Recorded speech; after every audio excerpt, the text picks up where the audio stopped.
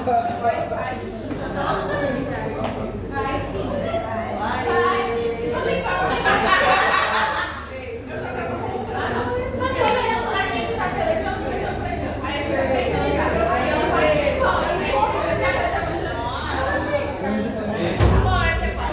já volto.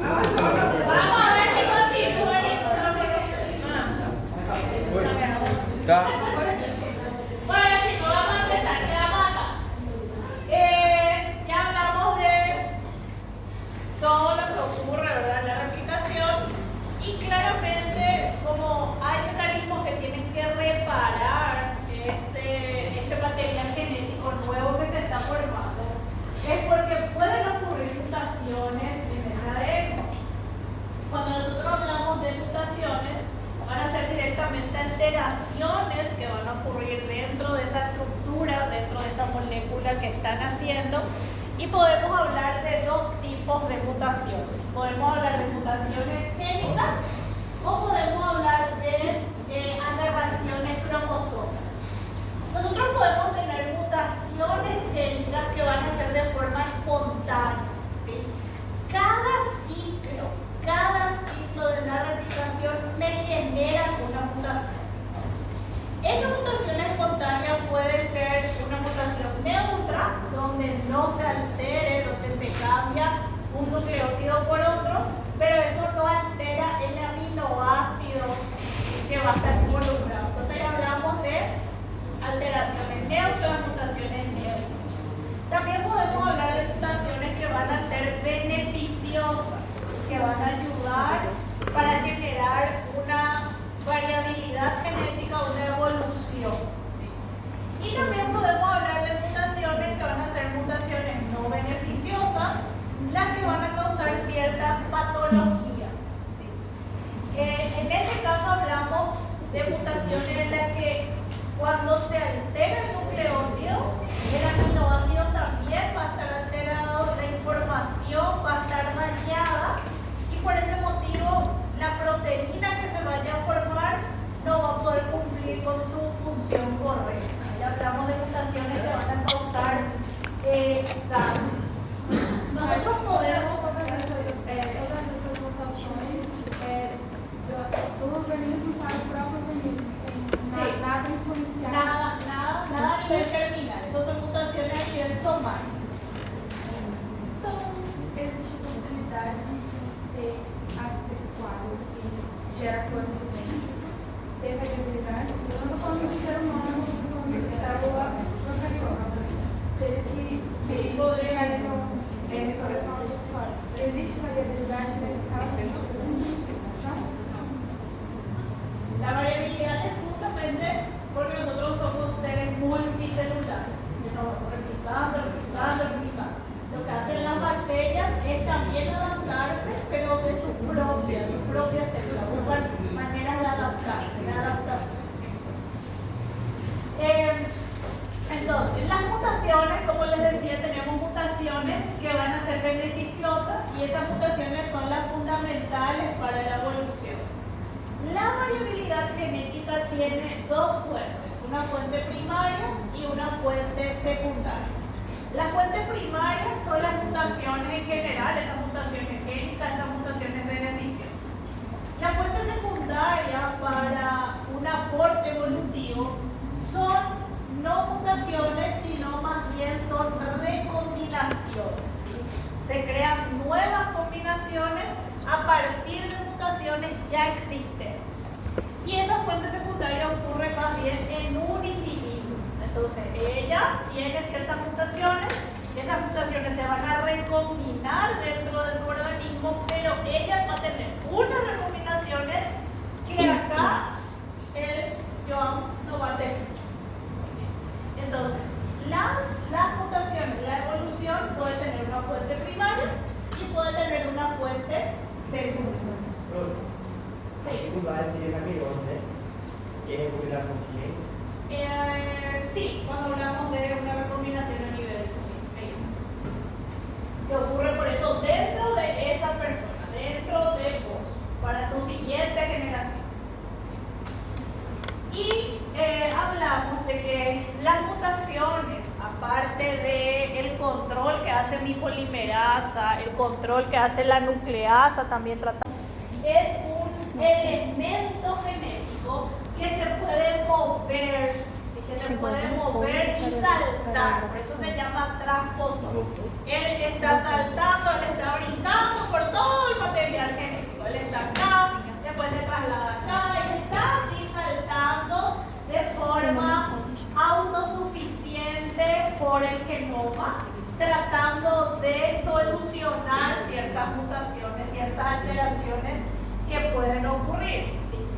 Esas alteraciones no me van a generar genes que van a ser codificantes, sino es lo que va a generar estructuras que se conocen como pseudogenes, que más bien van a tratar de reparar espacios que quedaron. ¿Sí? Aparte de eso, tenemos otros varios mecanismos de reparación, donde esos mecanismos de reparación citan mecanismos de reparación. Esos mecanismos de reparación, como por ejemplo la corrección que ocurre por la polimerasa, la propia polimerasa puede corregir su error. También puede haber una reparación del mal apareamiento. Nosotros, la próxima clase creo que es ya 100% mutaciones génicas, vamos a hablar cómo ocurre cada uno de estos mecanismos. Después tenemos la reversión química, otro tipo que es la reparación por escisión, una reparación por la rotura de la doble cadena, y como les decía, la ADN polimerasa corrige sus errores y la nucleasa es un segundo mecanismo de reparación. ¿Sí? También pueden haber enzimas que van a reparar cuando una base nitrogenada pierde una amina. Acuérdense que las bases nitrogenadas están formadas por aminas y también por estructuras que le dan a ellas su pureza. Por eso yo tengo bases nitrogenadas únicas y bases nitrogenadas pirimidínicas. ¿Sí? Y puede ocurrir que las que son purínicas, ellas se apurimicen, pierdan esa condición, y hay enzimas que pueden reparar esos procesos. ¿Sí? Y también la nucleasa, aparte de ser ese segundo mecanismo, hay una mutación que se conoce como dímeros de timina. ¿A quién le tocó Xeroderma pigmentoso? Sí. ¿A usted, no? ¿A usted le tocó? Bueno. El Xeroderma pigmentoso es causado por la dimerización de timinas. Eso significa que dos timinas que están juntas se van a volver una. Y mi polimerasa, cuando intenta pasar, va a reconocer esto como una sola. Entonces va a colocar una sola adenina en vez de colocar dos. Y esto ocurre, y esto va a generar un error, y esto ocurre por gran exposición a los rayos ultravioletas. Por eso se da el Xeroderma pigmentoso. Pero ustedes van a explicarme mejor a mí cuando y yo les voy a preguntar a ustedes. Entonces, eso es el Xeroderma pigmentoso. Y ya sabemos que eso ocurre en la fase S, que hay varios mecanismos de control. ¿Sí? Podemos hablar de células que se van a dividir, que previamente tienen que pasar por la fase S, y ustedes ya saben que después de la fase S se tienen que dar los mecanismos de reparación en G2, y también si por algún motivo esa célula que se dividió generó muchas mutaciones génicas, cuando ella ingresa a G1 va a evitar que ella se vuelva a dividir a través de la P53. Y la P53 va a evitar. Acá tenemos semejanzas y diferencias, más bien diferencias entre los procesos de transcripción y replicación. Esto nosotros vamos a volver cuando demos transcripción. ¿Sí? Nosotros ahora solamente hablamos de replicación hoy. Tanto la replicación como la transcripción ocurre en el camino de 5' para 3'. Ambos procesos trabajan las polimerasas. La diferencia está en la cantidad de nucleótidos que se transcriben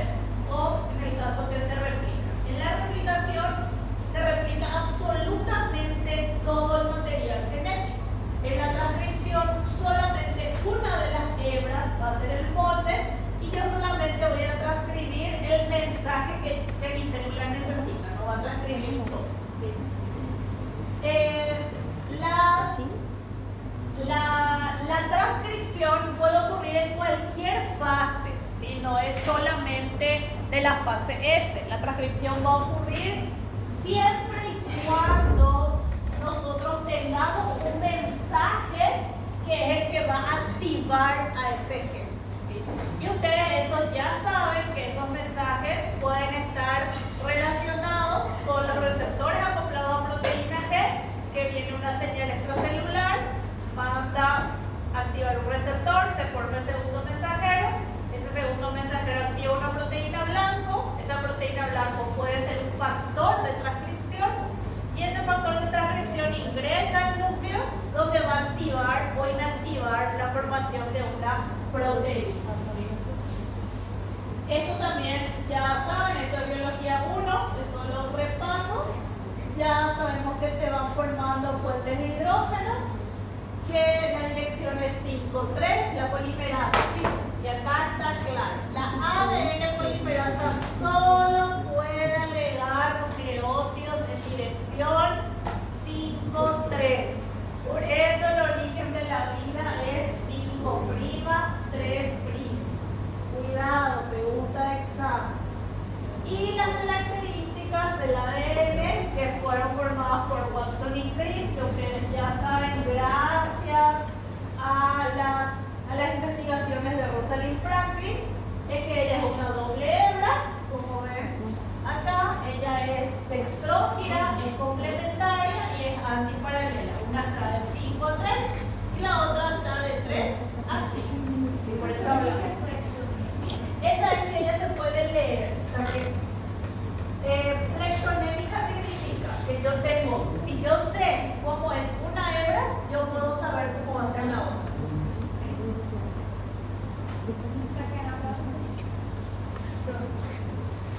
Todo puede salir en la prueba.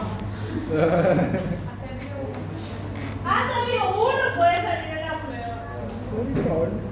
Bueno, entonces, ya sabemos que la replicación es ya sabemos. Estoy jodiendo. Decidimos venir a clase. Perdão, eu não tinha visto que tinha voltado. Le perdono porque está compadeciendo.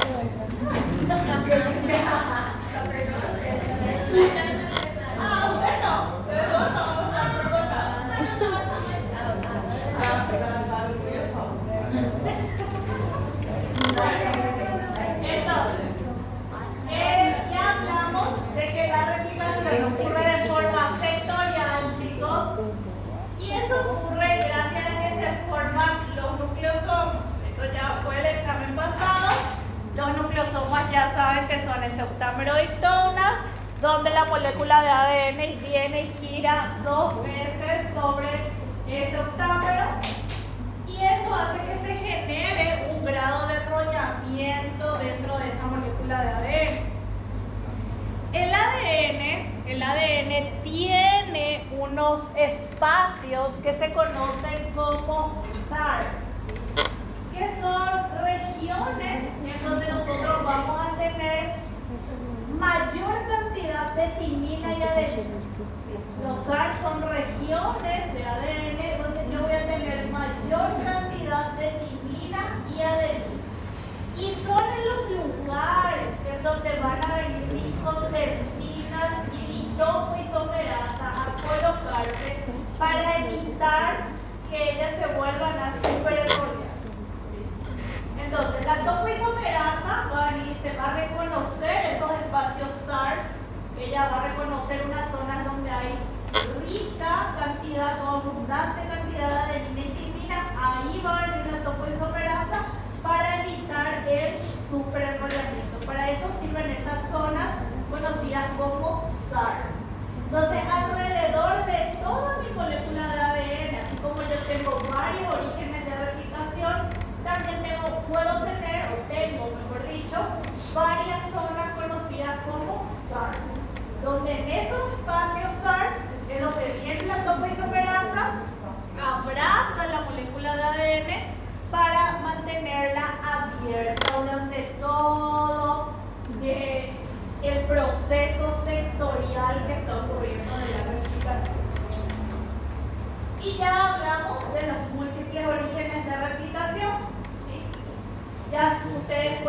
chicos, si un cromosoma es metacéntrico o submetacéntrico, que es mucho más grande, claramente yo voy a tener mucho más orígenes de replicación. Si yo tengo un cromosoma que es telocéntrico, en el que no se observa sus brazos cortos, es un cromosoma muy pequeñito, entonces va a tener menor cantidad de orígenes de replicación. ¿Sí? Y los orígenes de replicación entonces van a variar. Yo no puedo decir, ay, en todos los cromosomas hay 20 orígenes de replicación.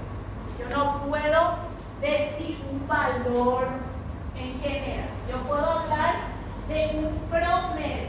Lo que se cree es que hay entre 20 a 80 orígenes de replicación por cada cromosoma. Entonces, los que son más pequeños claramente van a haber entre 20 y 30, y en los demás que son más grandes voy a poder tener entre 60 a 80 orígenes de replicación. Y como yo ya les mencioné, los orígenes de replicación son los que van a generar estos replicones. Cada uno de estos replicones. Chicos, los orígenes de replicación son exclusivos de los cromosomas eucariotas. Nosotros solamente observamos orígenes de replicación en células eucariotas.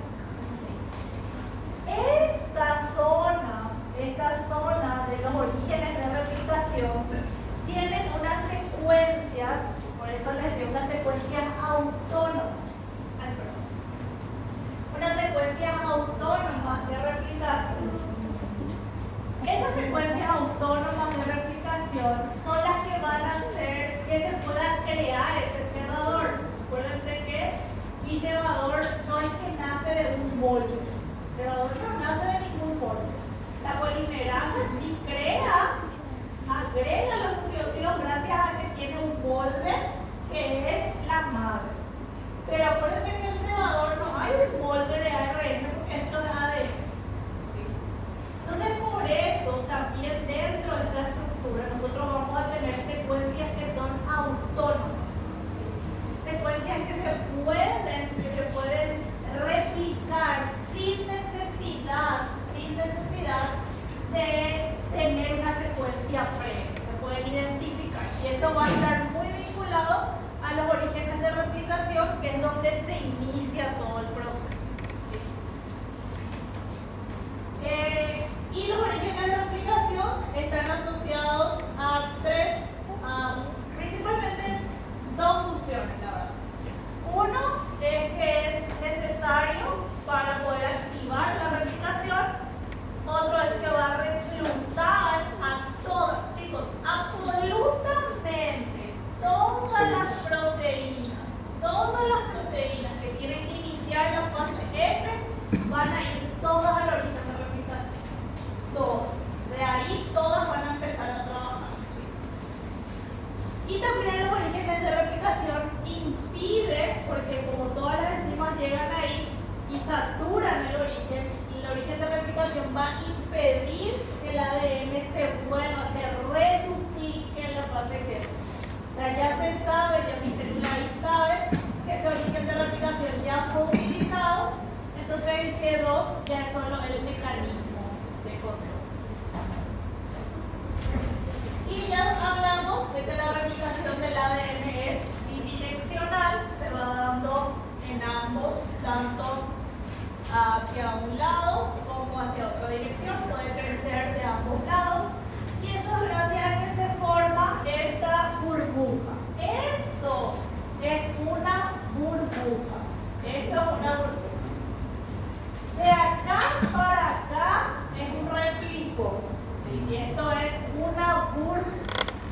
Los extremos de la burbuja son las horquillas de replicación.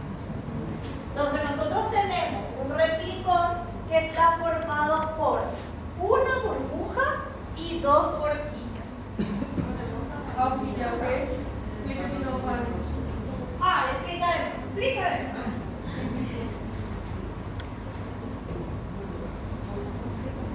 Voy a borrar el dedo.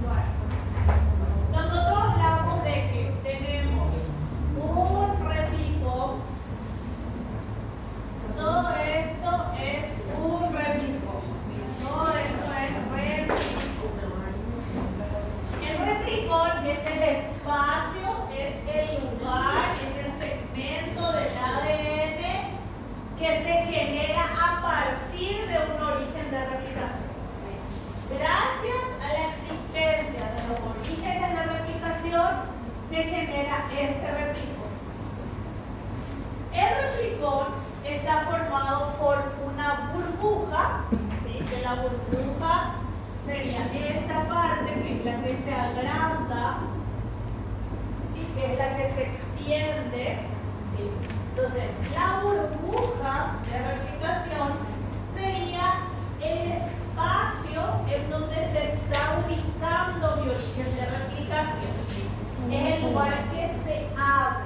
Y esta burbuja de replicación es la que va aumentando de tamaño a medida que va avanzando la replicación.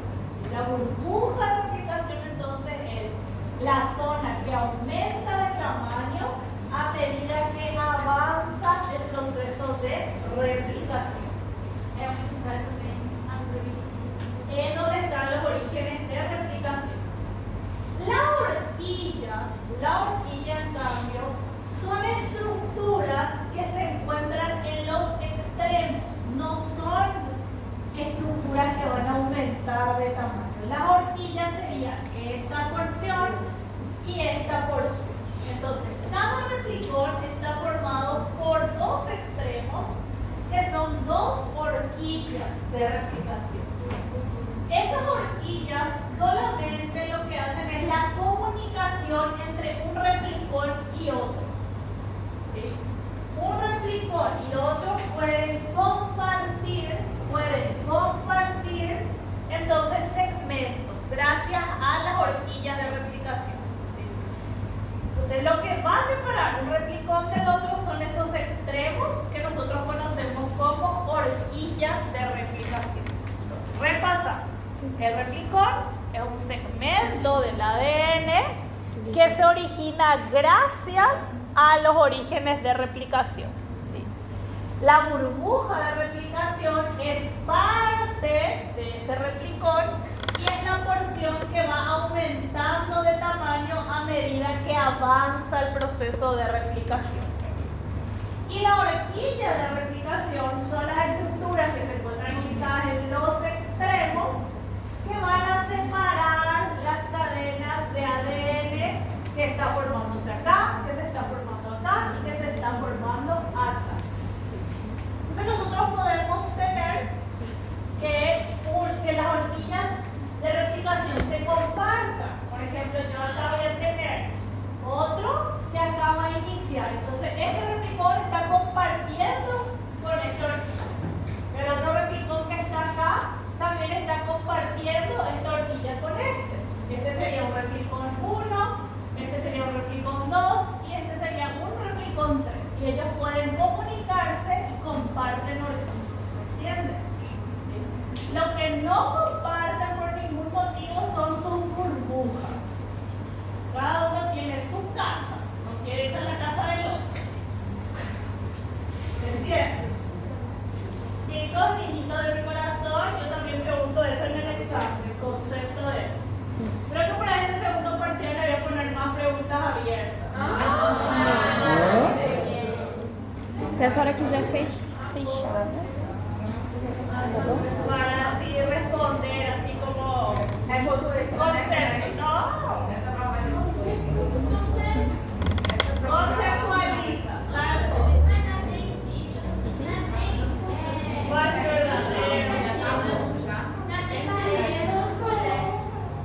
Ai, pobrecita! Se continuar, se fizer sem parecer também a gente agradece. Pobrecita! Ô, professor, tá? Qual é que ficou a trilha? Não, porque você está muito cansado. Não, deixa de ser verdade. Ela não tá mentindo. Eu acho que tinha que ter. Mês de maio tá todo de prova. Se eu acho que Ah, yo quería, no sé, todavía. Yo quería, 3 pontos. Rodrigo, Ah. a mí me hubiera gustado hacer otra trivia, pero si sería solamente segundo semestre, ¿verdad? Porque primero hay demasiadas secciones nuevas, entonces hacer solamente una porción. Donde cada porción de esa polimerasa tiene una función específica.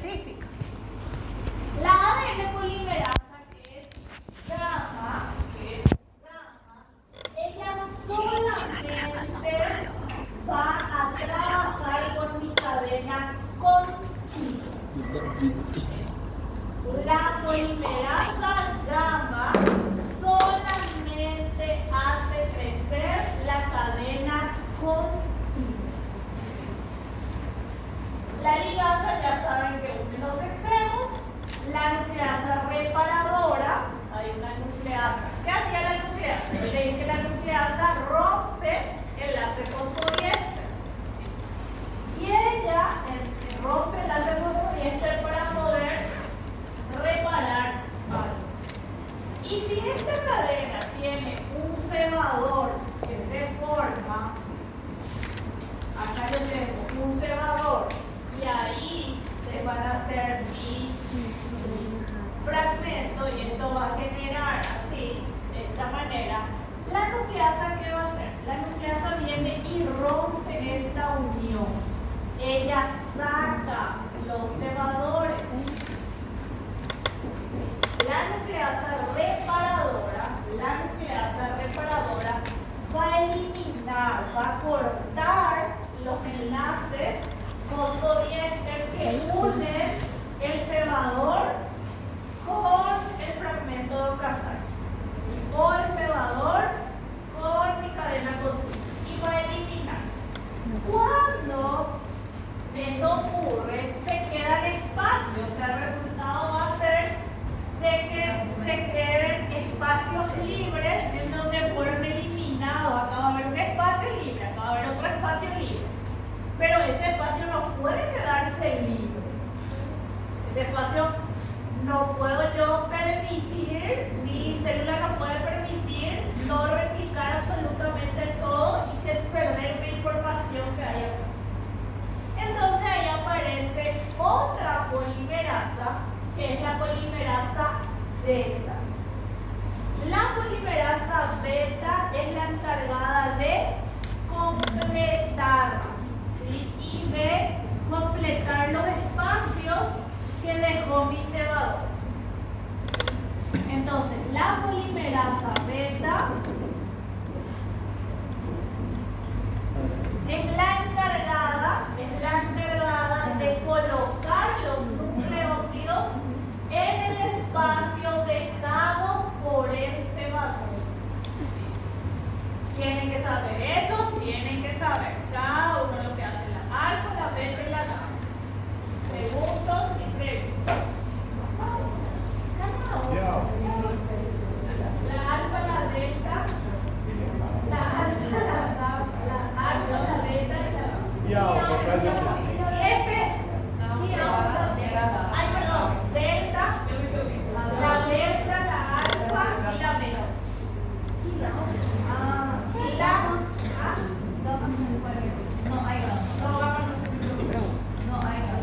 chicos, son ADN polimerasa alfa, ADN polimerasa beta y ADN polimerasa delta. La delta es la de la cadena continua, la beta es la encargada de agregar los cebadores, ¿sí? Y la alfa es la encargada de crear los fragmentos de Okazaki. Entonces, la ADN polimerasa alfa va a ser la encargada de agregar los fragmentos de Okazaki. ¿Por qué? Porque la ADN polimerasa alfa, ella solamente tiene la capacidad de agregar 200 desoxirribonucleótidos. Por eso ella solamente puede crear los fragmentos de Okazaki, porque ella va a ir agregando cada 200 nucleótidos. Esa va a ser su única función.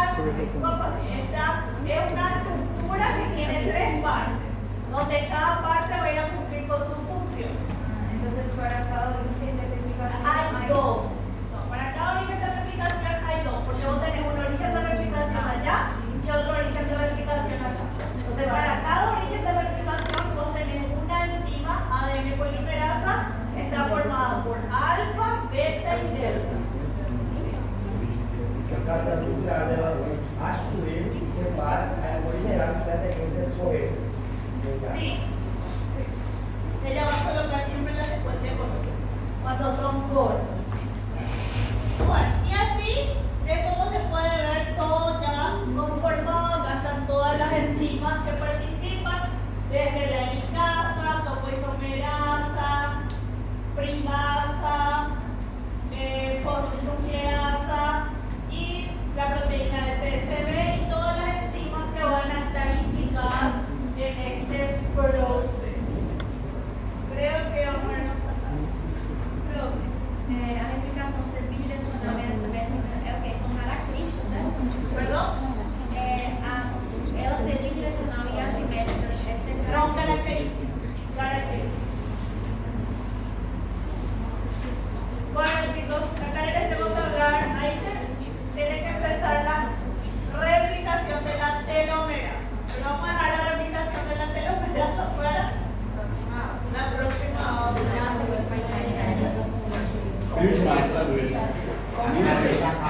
Acabou? Y la